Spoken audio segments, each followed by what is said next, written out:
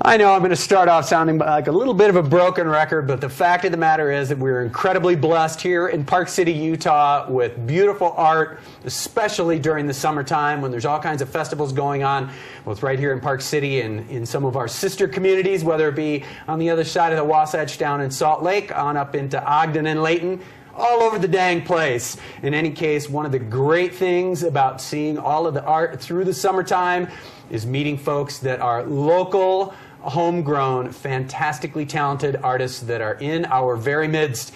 This is one of those moments. I'm pleased to welcome to the stage one of the finest exhibits we've ever had here in our studio, live and in person. Please welcome local artist Selu Alofipo. Thank you. Good to be here. Nice to see you, man. Good to meet you, too. That's quite an intro. I don't know if I'm worthy of that kind of intro. Of course you are. Of course you are. Well, I'll tell you what. Hopefully the show is not as hot as it is your studio, man. Your studio's burning. I know. We're under the, you know, you got your spotlight, man. Had I known, I would have left my metrosexual shirt on. That's all right. You look good. It's important. It's like Fernando Lamas used to say. Yeah. More important to look good than to feel good. That's right. It's good to be here. Thank you. Excellent. Absolutely. Thanks for coming. And we'll get to the Redstone Fest and what's going to be going on this week. But you're our first guest. And I think really for me the most fascinating thing to do is to learn about how you went from being what we all did in elementary school or junior high school and being creative, and of course you're kind of forced to go to art class and that sort of thing, and I think some of us have some enjoyment with it, but it's a huge journey to go from that to what we're seeing behind us here. So tell us a little bit about your background. Sure. Actually, I get that question probably more than anything when I do shows. People always wonder, what inspired you to do this? How did you get to this? Or it especially throws people off when they see my work. And when they see me in the back coming out, they don't expect me to be the artist. They probably expect some old white guy with an afro on coming out or something like that. And I used to grow up watching them on PBS and whatnot. But, right. I got it. But my work is actually, it's a culmination of my upbringing. I was actually born and raised in a small little village called Waitaloa in Samoa, in Western Samoa. And that's in the Pacific Ocean, where we belong to the Pacific island chain, like Hawaii and Tahiti and Fiji and New Zealand, some of the more well-known islands. Sure. But yeah, I was born and raised there, and our family migrated here in the mid-'80s, and we came here for a better education and better opportunities. So we're first-generation Samoans here, and I grew up in a very hard-working, God-fearing family, and we grew up in, I would say, meager circumstances. When we first moved here, we actually lived in Rose Park, just on the other side of the train tracks there. Right. And so we had to learn how to make a dollar stretch and come a long way. Now, as far as my artwork goes, again, it's a culmination of the things that I grew up and that I remember from my childhood. In Samoa, in the islands, the colors there are very vivid. The sounds there are different. The movements there are different. When you wake up in Samoa, you hear the ocean. You hear birds singing. You hear the palm tree swaying. And so all those things resonate to motion. And those are the things that intrigues me as an artist. I love the art of motion. And that's what I kind of like to call my art.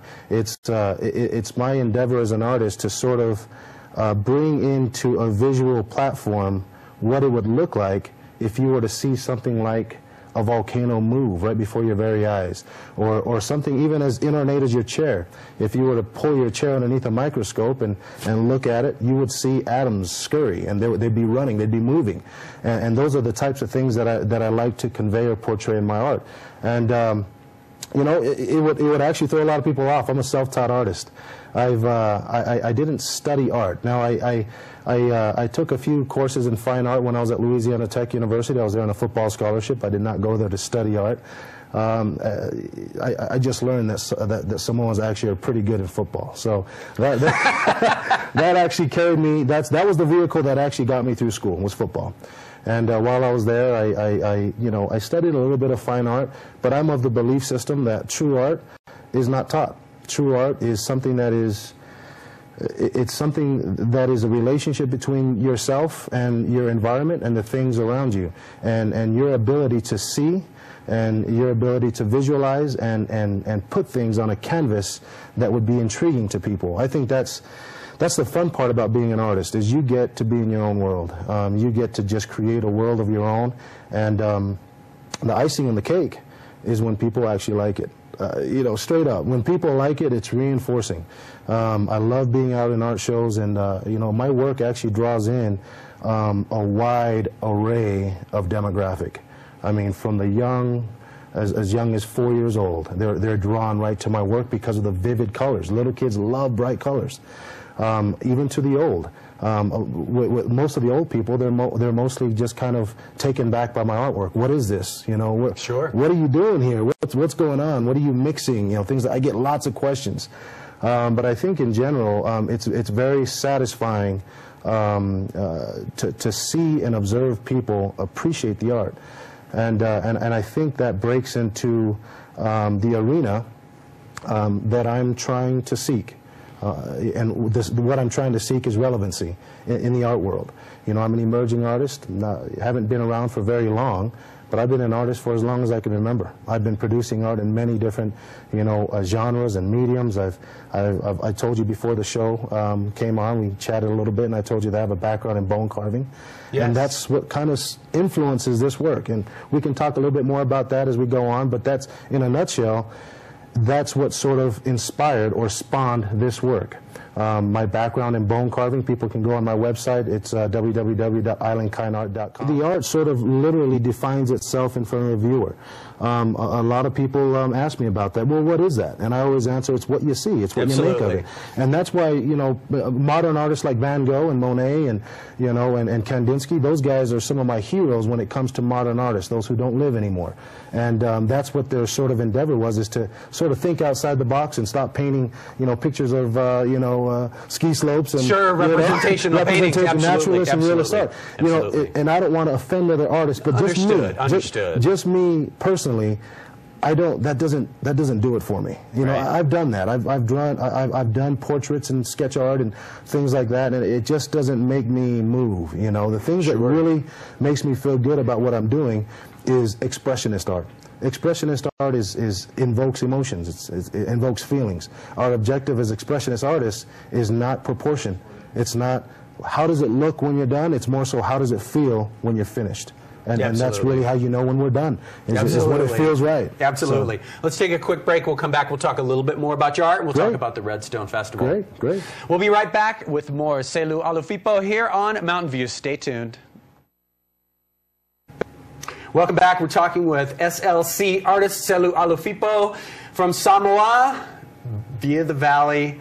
Got some fantastic work behind us here, and we're going to continue our conversation with a little bit of discussion about the media that you use. You were mentioning as we were coming back on that you can't give it all away. There are a few there's a little secret sauce in there, but aside from that, talk a little bit about, with these artworks that we're seeing here, I mean, as I look at them, if I had to answer for a $10,000 prize, what materials you had used, I'd be going home with cobwebs in my wallet. So. Yeah, and you know what? That is actually a pretty common reaction I get a lot. Let me preface my description with this. You know, I do run into lots of questions during art shows that has more so to do with my techniques and processes more than about the subject matter or what it costs, because people are just intrigued by it. They don't get it. They don't understand it. Right. And like I said, I'm going to keep you know, some of the intricacies to myself, so forgive me about that. That's okay. This is actually a technique that I self-taught. I learned, I kind of tripped over kind of doing some things, and I honed over the years, and it's working for me. So I'd like to keep that kind of in a nutshell. Of course. But here's the gist of it. My artwork is a process that I call combative harmony. It's an oxymoron. It's a combative harmony. And what that means is basically I'm doing what traditional artists tell you not to do. I told you before we came back on camera that my work is fun because it breaks the rules. Right. It doesn't play by the rules. And that's why I don't like to study fine art, because a lot of the art purists will tell you, don't ever mix oils and acrylics. And I say, well, why not? You know, so and I always kind of try to, you know, push the limit a little bit, push the envelope and redefine things. And it was in doing so that I discovered my genre. And that's what's happening here, is literally oils and acrylics are fused. And what I mean by fused is I paint with the assistance of heat. It is the incorporation of heat that gets the oils and acrylics to dance, if you will. It's the best way that I can describe it. Now, oils and acrylics in nature have a polar reaction. They don't want to coexist. They want to run away from each other. And so if, I don't know if your people can get a close-up on it, but as they kind of zoom in on it, that's what you're actually literally seeing. You're seeing oils and acrylics that are combating each other. They're saying, hey, we don't want to coexist here. Right. And I'm saying, I want you to coexist just enough so that I can keep you there. Because when you mix acrylics with all these different primary colors, like this one here showcases all the primary colors. Right. If you mixed all those colors in acrylics, what would happen to them? Mud. They turn into mud. They just look like mucky and, you know, and boring and dingy. Sure. They just turn brown. And that's the fun thing about mixing oils and acrylics, is because they can still keep the integrity of their colors that nature made them. But they can all work together and make beautiful, vivid movements and color experiences. And so, you know, when you look at something like that, it is quite discernible that you can see the oils trying to permeate Absolutely. or break through the acrylics. And that is something that I've been able to sort of hone, like I said earlier, just through a lot of trial and error. I do mix up my heat a little bit. I up the ante on the heat when I want to get more radical movements. I lower the temperatures when I want a little bit more subtle and defined lines. I mix a lot of brush strokes and knife strokes in my work here. You can discern some of the brush strokes there when I do the waves and the spirals, and a lot more knife strokes where I'm kind of pulling the paint.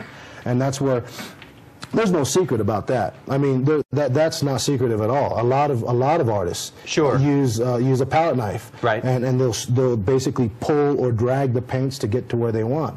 But mine almost looks like where it's kind of, you know, what draws people. I don't have it up, but when I do my shows, I literally have to pace my gallery with little signs that say, "Please do not touch the art." Sure. Because it is a natural reaction for people. People see my art and they'll just go right and they'll just want to touch it. Sure. And part of that is because they think it's wet. They think it's still wet. Yes, absolutely. And that was an observation that I had, especially with this middle work, that it looks as though I was kind of thinking to myself, wow, you know, when you laid that glass on top of it, was it still wet? Because it kind of has that glistening look. Very cool. Very cool. Let me. I'm gonna give you sort of the breaking news on my artwork. All right. Because a lot of people, literally, I'm serious. A lot of people actually wonder what it is that I incorporate, and I always tell them it's a mystery. Yes. You know, and I tell them without trying to be rude, because of course, a lot of artists try to pry and prod and they probe and try to find out what it is that I'm getting my work to shine. It's not just a surface. A lot of people actually think that, and they confuse my art with resin art. Resin art, as an artist, I take offense to it. The reason why is because resin art, this is what it is in a nutshell for all you resin artists that are out there. It's basically any painting. You can paint anything and then just throw resin on top of it. Right. And then the resin is the mechanism that makes it shine. I see. That, to me, is not challenging enough. Merely making a painting shine doesn't do it for me. The actual shine is a result of baking on the enamel. I don't mind giving that up, because I'll tell you what, for anybody that's out there, artists and even emerging artists alike who are interested in trying to do my work, which I know there's a lot there that are out there, I would encourage them to do it, because I don't want to make easy for them what it took me hours and sleepless nights trying to hone and perfect. Absolutely. So what I say to all the people that are interested in my artwork out there and interested in the process is, I'd be happy to talk with you. You know, visit my website. There are some things. And your website is IslandKine, K-I-N-E, that's right. art. IslandKineArt. IslandKineArt.com, which, you know what, a lot of my followers of my artwork that are listening in right now, I'm actually going to be changing that, because a lot of people get confused. They ask me, well, then who's the artist? Well, I'm the artist. But I chose to call it IslandKineArt because you know, the word kine in Hawaii. Sure. It's a common word that only friends know. The kine. The kine. When I ask you to go get the kine from the store, you would know without me even telling you what it is you're getting for him, because of our relationship. Absolutely. That's defined by the relationship. Sure. And that's why I wanted to call this IslandKineArt, because it is defined inextricably by the person who views it. And it will certainly stay that no matter what the website becomes. That's right.